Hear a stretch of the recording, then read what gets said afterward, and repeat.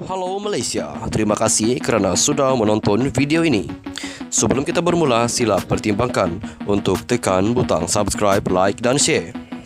Berita perkembangan politik semasa dalam negara, perkembangan negara dan semuanya ada di dalam channel ini. Terima kasih kerana sudah menonton.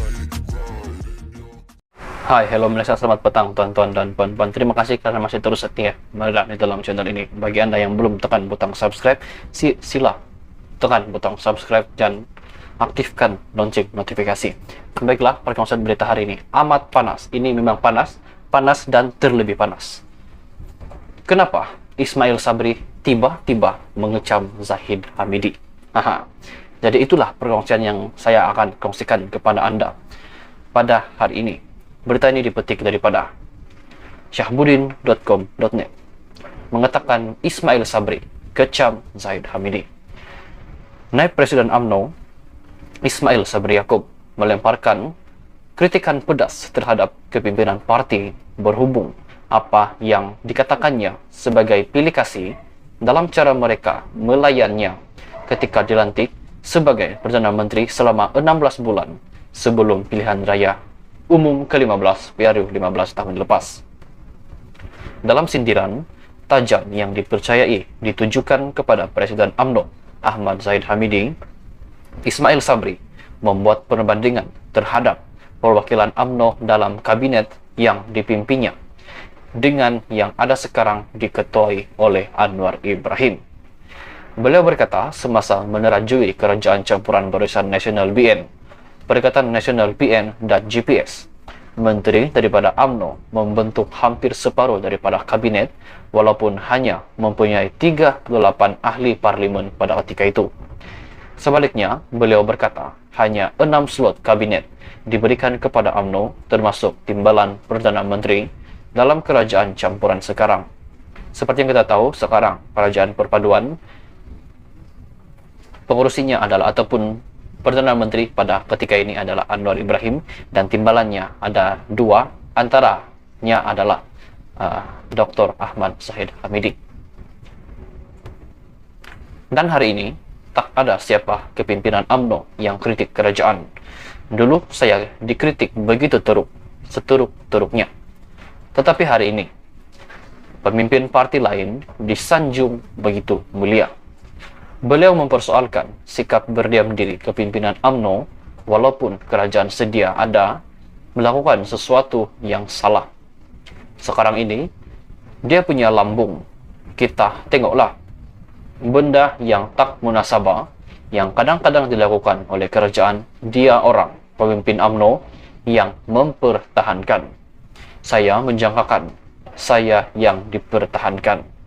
Seperti kalau saya dikritik terlalu keras, mungkin mereka boleh jadi berisai kepada saya. Tetapi dulu, mereka yang turut sama untuk serang saya, tambahnya.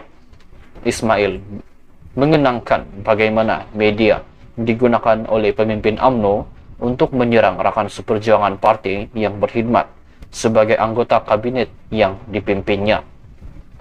Saya ditekan oleh kepimpinan UMNO sendiri. Seperti saya bukan Menteri UMNO. Setiap apa yang berlaku, tekanan adalah terlalu kuat kepada saya. Saya boleh kata, kenapa tak gunakan saluran betul untuk beri arahan dan pandangan parti kepada saya? Mesyuarat Majlis Kerja tertinggi setiap bulan beritahulah saya apa yang patut dibuat. Tak payahlah bantai saya dalam surat kabar. Di dalam media sosial, secara terbuka mereka serang saya. Ismail dilantik sebagai Perdana Menteri pada Ogos tahun 2021, rentetan pembelotan yang dirancang oleh Zahid dan bekas pemimpin Najib Razak hingga memaksa Perdana Menteri ketika itu Muhyiddin Yassin berundur. Beliau kemudiannya berjaya mengatasi Anwar, calon Pakatan Harapan PH, untuk Perdana Menteri selepas mendapat sokongan daripada majoriti ahli parlimen, termasuk kira-kira 50 daripada Perikatan Nasional dan 18 daripada gabungan Parti Sarawak GPS. Namun, beberapa bulan berikutnya menyaksikan Ismail mendapat tekanan hebat daripada pemimpin UMNO, terutama daripada Presiden parti sendiri yaitu Zahid Hamidi dan timbalannya Muhammad Hassan ataupun Tokmat yang mahu beliau membubarkan parlimen tanpa berlenga-lenga untuk memihak kepada apa yang mereka anggap sebagai kembalinya populariti Barisan Nasional BN. Selepas berbulan-bulan ditentang, Ismail Sabri akhirnya tunduk kepada tekanan apabila membubarkan parlimen untuk memberi laluan kepada PRU ke-15 pada November tahun lepas, berakhir dengan beliau menjadi Perdana Menteri paling singkat. Ismail menyertai beberapa pemimpin UMNO lain dalam menentang rancangan Zaid Hamidi untuk menyokong Anwar Ibrahim sebagai Perdana Menteri ke-10.